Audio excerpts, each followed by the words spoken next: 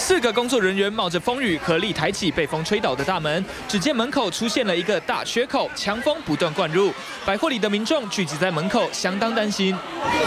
现在要跑了。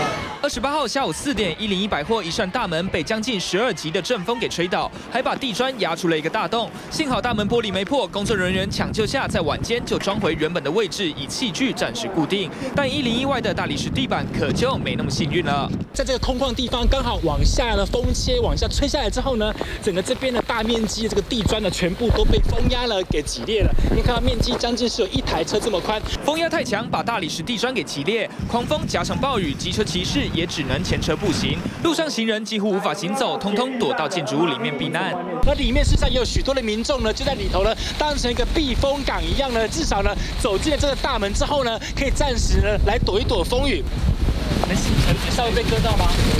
机车骑士被救护车载走，他冒雨骑车被风吹倒，幸好只受到轻伤。由于风雨太强，101在下午4点就宣布打烊并疏散客人。101发言人表示，用来帮大楼防风避震的阻尼器目前摆荡幅度并无异状，相关人员会持续掌握状况，避免有灾情发生。记者朱显明、张可亮台北报道。